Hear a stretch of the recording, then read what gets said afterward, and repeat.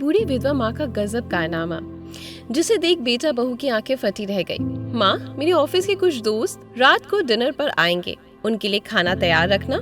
रमेश ने अपनी माँ सुलेखा देवी से कहा। कितने लोगों का खाना बनाना है बेटा? सुलेखा जी ने खांसते हुए पूछा। पहले तो आप ये खांसी करना बंद कीजिए, पूरे घर में खांसते फिरते रहती हैं। आपको इतना भी नहीं पता कि मुंह पर हाथ रखकर खांसी करनी चाहिए? अच्छा लगता है क्या? रमेश गुस्से में चिल्लाया तो उसकी पत्नी संगीता को तो मौका मिल गया अपनी सास पर कटाक्ष करते हुए। यही बात तो मैं इन्हें समझा कर थक गई। घर में बच्चे भी हैं और खुले मुंह से खांसी करती रहती हैं। इन्हें तो इतना भी नहीं पता कि खांसी करते समय मुंह पर हाथ रखना चाहिए। बेटा, तुम्हें कितनी बार तो मैंने कहा है कि मुझे डॉक्टर के पास ले चलो, नहीं तो मुझे कुछ पैसे दे दो दवाई लाने की, तो मैं ठीक हो जाऊंगी। माँ, आज तुम्हें परिधि डॉक्टर के पास ले जाएगी और दवाई दिलवा देगी, रमेश ने कहा तो परिधि इसका विरोध में बोली। अरे कुछ नहीं है माँ जी को, खांसी इतनी चटोरी जुबान की वजह से है। कुछ भी खट्टा मीठा खा लेती है और फिर खांसती रहती है। दिन भर उल्टा सीधा खाने पर लगाम लगाएंगी तो खांसी खुद ब खुद ठीक हो जाएगी। रमेश ने भी अपनी पत्नी परिधि की बात सहमति जताते हुए कहा, दोपहर को मेरा एक जरूरी लेटर घर पर आने वाला है, वह लेकर रख लेना, रात का खाना तुम ही बना देना। माँ जी की तबीयत ठीक नहीं, मेरे 4-5 दोस्त ऑफिस से आएंगे तो बढ़िया सा खाना बना कर रखना। इस पर परिधि बोली, मुझे तो शॉपिंग पर जाना है और फिर शाम को मेरी किट्टी पार्टी है, मुझे तो वक्त मिल ही नहीं पाएगा। अरे एक दिन के लिए अपनी किट्टी पार्टी कैंसिल कर दो और रात को अच्छा सा खाना बना कर रखना, मैं चलता हूँ। ऐसा कहकर रमेश तो ऑफिस के लिए निकल गया, लेकिन परिधि की तैयारियां चढ़ गई। पति के ऑफिस जाने के बाद अपनी सास पर बरस पड़ी। कोई काम ना करना पड़े इसलिए आप खांसी का बहाना बनाकर बैठ जाती हैं। मैं सब जानती हूँ, आपको और कुछ काम तो है नहीं, बस यही काम कर लेती हैं। वैसे भी दिन भर बिस्तर पर ही तो पड़ी रहती हैं, मुफ्त की रोटियां बस तोड़ना आता है। अपने लिए ऐसी अपमानजनक बातें सुनकर सुलेखा जी की आंखों में आंसू आ गए। उनकी खांसी लगातार चल रही थी। ऐसी हालात में उन्होंने कुछ बोलना जरूरी नहीं समझा। वे अपने कमरे में चली गई। जलते भुनते हुए परिधि जैसे तैसे डिनर तो बना दिया, लेकिन जब मेहमान खाना खाकर गए, झूठे बर्तनों का ढेर जस का तस पड़ा रहा। अगली सुबह सुलेखा जी मंदिर से पूजा करके वापस घर लौटी तो देखा बेटा बहू कहीं जाने के लिए तैयार खड़े थे। अपने सास को देखते ही परिधि बोली, थोड़े से बर्तन रखे हैं, मांज कर रख देना और रात का खाना बना कर रख लेना, हम लोग देर से आएंगे।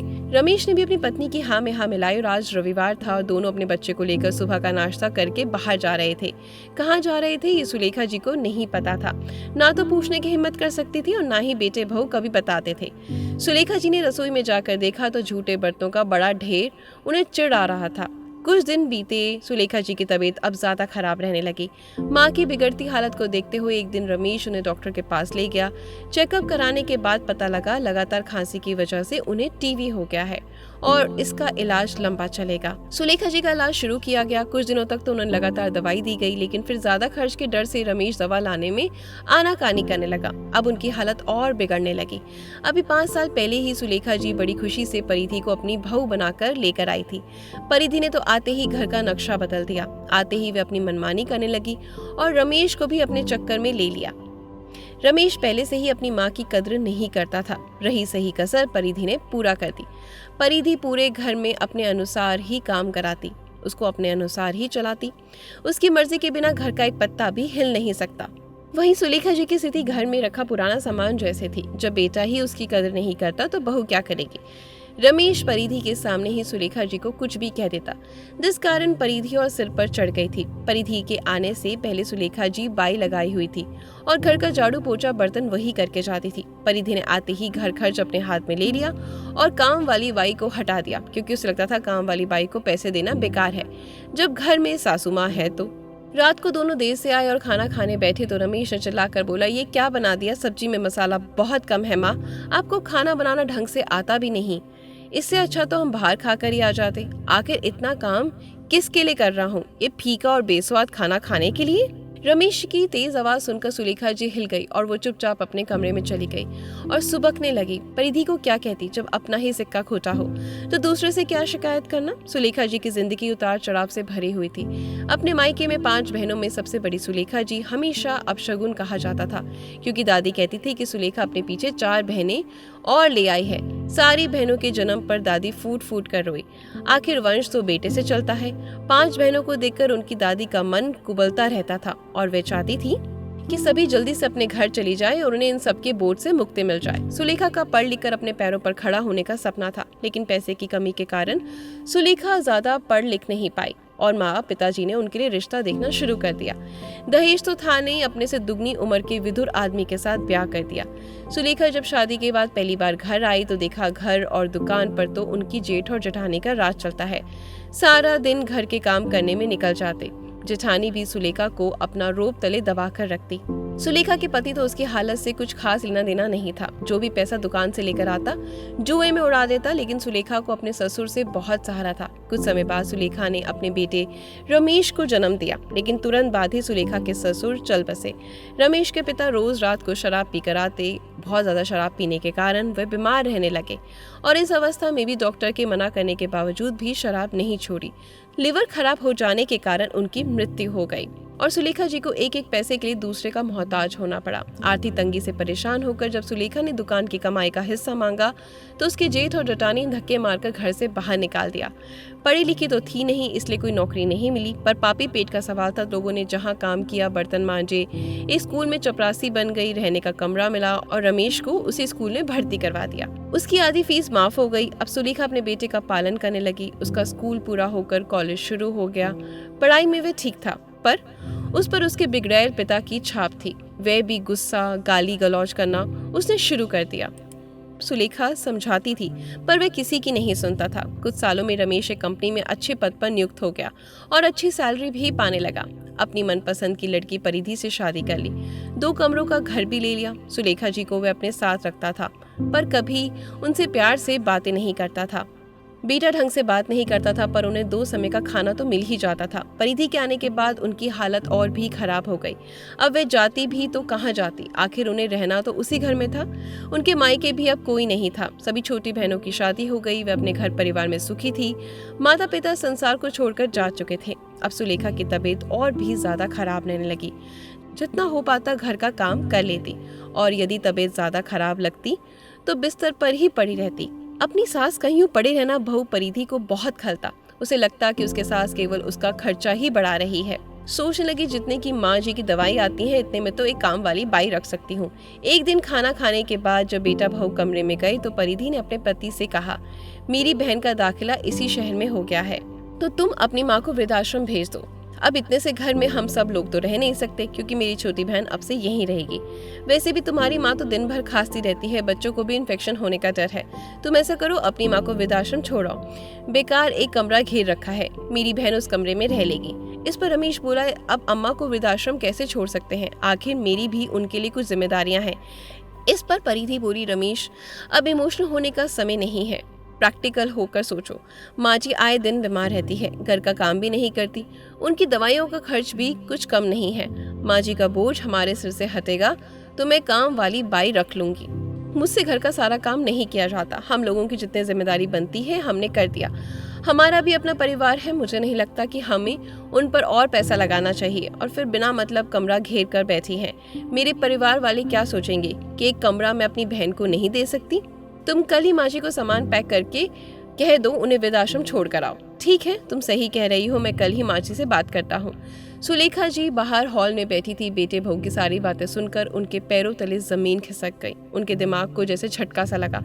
सोचने लगी, मैं वृद्धाश्रम चली जाऊं, पर क्यों चली जाऊं? ये बेटे का घर है, ये मेरा घर नहीं। बहू ऐसे कैसे कह सकती है कि मैं कमरा घेर कर बैठी हूँ? इतनी तकलीफ सहन करके जिस बेटे को इस दुनिया में लेकर आई, हालातों से लड़ते हुए पाल पोस कर पढ़ाया लिखाया, स्वयं कांटों भरी राह पर चलते अपने बेटे पर आंच नहीं आने दी। बिना बाप के बेटे को इतनी मुश्किल से उसके पैरों पर खड़ा किया। उसके सर पर आज ये छत है तो सिर्फ मेरी बदौलत।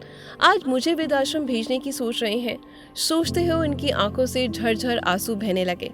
सोचने लगी कि मेरी त्याग और तपस्या का यही फल मिल रहा है मुझे। बेचारी सुलेखा जी, आखिर कोसती भी तो किसे? अगर अपना ही खून अच्छा होता तो बहू की क्या हिम्मत थी ऐसे बात करने की। रात को सब लोग सो चुके थे, लेकिन सुलेखा जी की आंखों से नींद गायब थी।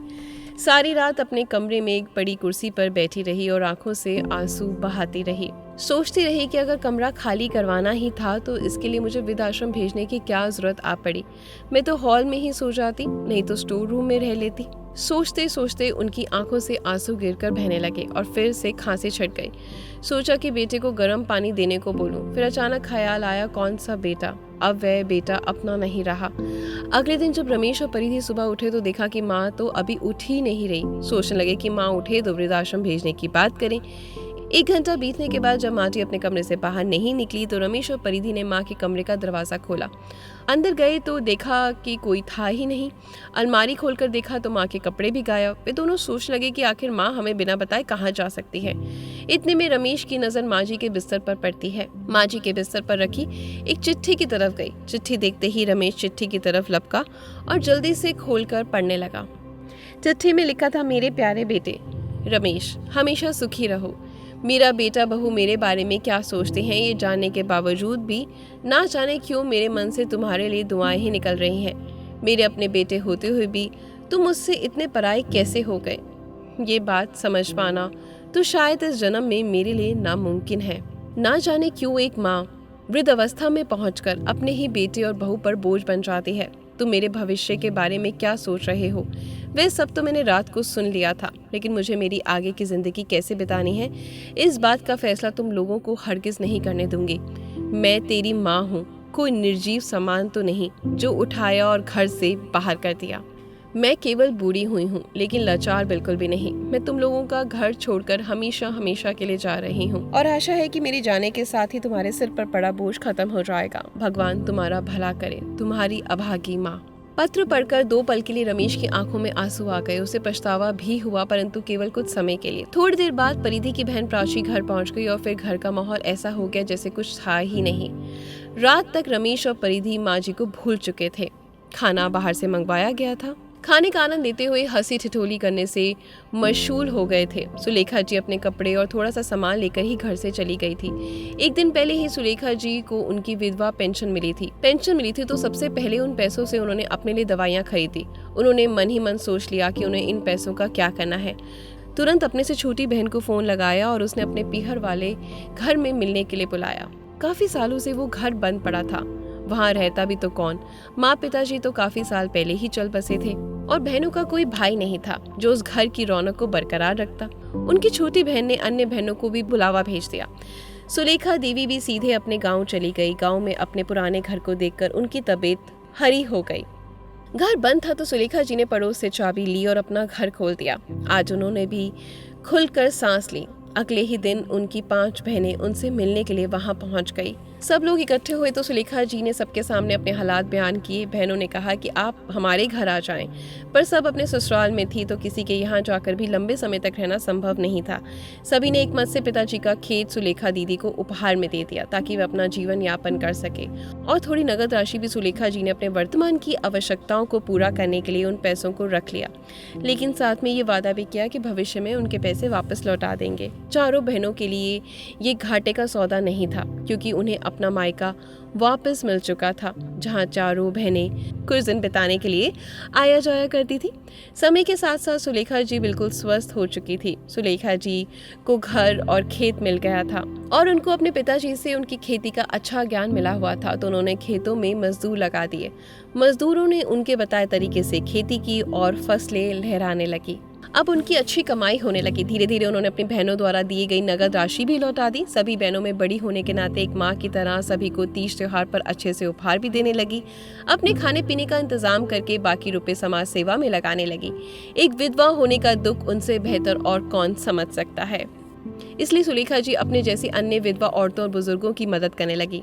उनकी समाज सेवा के चर्चे गांव भर में होने लगे। कई समाज सेवी संस्थाएं भी आगे आकर उनकी मदद करने लगी। अब सुलेखा जी खुश रहने लगी थी। उन्हें अपने जीवन का एक उद्देश्य मिल गया था। अक्सर अपने बेटे को याद करके उनकी आंखें नम हो जाया करती, लेकिन उन्होंने स्वयं को कभी कमजोर नहीं पड़ने दिया। वे अपने मकान में ही स्कूल खोल दिया, जहाँ गाँव की लड़कियों को निःशुल्क शिक्षा दी जाती थी, ताकि गाँव की लड़कियाँ अपने पैरों पर खड़ी हो सकें और पढ़ लिख कर अपना भविष्य बना सके, ताकि उन्हें अपने पति और बेटे पर निर्भर ना रहना पड़े। वह नहीं चाहती थी कि जैसा उनके साथ हुआ ऐसा उनके गांव की अन्य लड़कियों के साथ हो। समय के साथ साथ उन्होंने खुद को भी अपडेट किया। कंप्यूटर शिक्षा अर्जित करने की बरसों पुरानी इच्छा जो उनके मन में दबी रह गई थी, उन्होंने इच्छा को पूरा कर लिया। 2 वर्षों के भीतर ही बेटे के घर में बहू से अभी रहने वाली सुलेखा जी आज एक सुपर एक्टिव समाज सेविका में परिवर्तित हो चुकी थी। सुलेखा जी की लोकप्रियता गांव से होकर अब शहरों में बढ़ने लगी थी। उन्होंने अपने छोटे छोटे कोशिशों से बड़े बड़े काम कर दिए। उन्हें कई संस्थाओं ने सम्मानित किया और सहयोग दिया।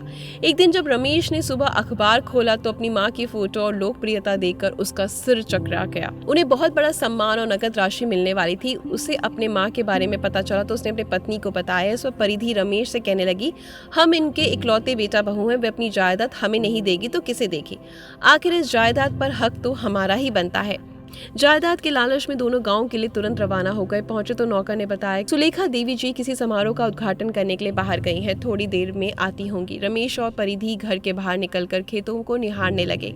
हरी हरी फसलें खेतों में लहरा रही थी। ये कैसे हासिल कर लिया, सोच विचार में डूबे रमेश के विचारों को एकाएक विराम लग गया। जैसे ही कानों में तेज हॉर्न बजने की आवाज आई, पीछे मुड़कर देखा, रमेश और परिधि की हैरानी का ठिकाना न रहा। उनकी माँ सुलेखा देवी स्कूटर चलाकर घर लौट रही थी। परिधि भी देखकर हैरान थी कि वे बेचारी सी सुलेखा देवी अपनी दवा के लिए उनके सामने गिड़गिड़ाया करती थी, आज समाज की सम्मानित महिला बन चुकी थी। उनके चेहरे से आत्मविश्वास साफ झलक रहा था। अपने बेटे को देखकर एक बार तो सुलेखा जी के मन में ममता जाग उठी, लेकिन फिर उस ममता को अपने दिल के किसी कोने में समेटकर मजबूती से बोली, अब यहाँ क्या करने आए हो तुम लोग? माँ, हम तुम्हें घर वापस लेने आए हैं। हमें अपने किए पर बहुत पछतावा है। मैं तुम अनजान लोगों के साथ नहीं रहूंगी, अपने घर में अपने परिवार के लोगों के साथ रहूंगी। अपनी खेती तुम मेरे हवाले कर दो, ये जिम्मेदारी मैं ले लूंगी। मेरे होते हुए मेरी माँ इतना काम करे, अब मैं ये कतई बर्दाश्त नहीं करूंगा। रमेश का साथ देने के लिए परिधि भी बोली, माँ जी अब आपके बेटे बहू आ गए हैं, आपको काम करने की कोई जरूरत नहीं, हम सब संभाल लेंगे। सुलेखा जी अपने बेटे और बहू को अच्छे तरीके से जानती थी, उनके लालच को तुरंत पहचान गई। मुझे तुमसे इसी बात की उम्मीद थी। जो अपनी सगी माँ को घर से निकालकर बेसहारा कर सकते हैं, वही असहाय और बेघर लोगों के बारे में क्या सोचेंगे? तुम लोगों को क्या लगता है मैं तुम्हारे बहकावे में आ जाऊंगी? बेटा, तुम लोगों से ही मैंने सीखा है कि दुनिया में सगे भी अपने नहीं होते। जिन लोगों को तुम पराया कह रहे हो वे लोग ही मेरे अपने हैं। और हाँ, मैं एक आत्मनिर्भर महिला हूँ, अपने बेटे और बहू पर बोझ नहीं हूँ, अपनी जिंदगी में बेहद खुश हूँ। सच कहूँ तो मुझे पूरी जिंदगी का मतलब ही उस घर से निकलने के बाद पता चला। अब तो मुझे ये सम्मान भरी जिंदगी रास आ गई है। अब मैं तुम लोगों के साथ हरगिज रहना नहीं चाहती। अब ये सब लोग ही मेरा परिवार है। मेरे जीते जी तो क्या, मेरे मरने के बाद भी इस संपत्ति में तुम्हारा कोई अधिकार नहीं होगा। अरे राजू, मेहमान आए हैं, इनके लिए चाय पानी लेकर आओ। इनकी खातिरदारी में कोई कमी नहीं होनी चाहिए। मैं ब्यूटी पार्लर के उद्घाटन में जा रही हूँ, 2 घंटे बाद आऊंगी। और चली गई। वे दोनों हैरानी से स्कूटर पर जाती हुई अपनी माँ को देखते रह गए। यही जिंदगी है दोस्तों। जब कभी हम ठोकर खाते हैं तो ठोकर का मतलब ये नहीं कि हम उस आदमी या उस इंसान के सामने गिड़गिड़ाते रहें, बल्कि वो ठोकर इसलिए भगवान हमें देता है क्योंकि वो ठोकर हमें आगे बढ़ने की एक नया रास्ता दिखाती है, एक नया कॉन्फिडेंस देती है, अपने आप को पहचानने का मौका देती है। बहुत सारे लोग उस पहचान को पा नहीं पाते और आखिरकार अपनी ज़िंदगी को ख़त्म करने का फैसला करते हैं, और बहुत सारे लोग उस पहचान को पाने के लिए आगे कदम बढ़ाते जाते हैं और भगवान अपना आशीर्वाद और अपना साथ उनके साथ सदा बनाए रखते हैं। तो आप किन लोगों में से है, कमेंट करके ज़रूर बताइएगा। अगर आपको आपकी ईशा की कहानियाँ पसंद आती हैं तो वीडियो को लाइक और शेयर ज़रूर करें। Good luck.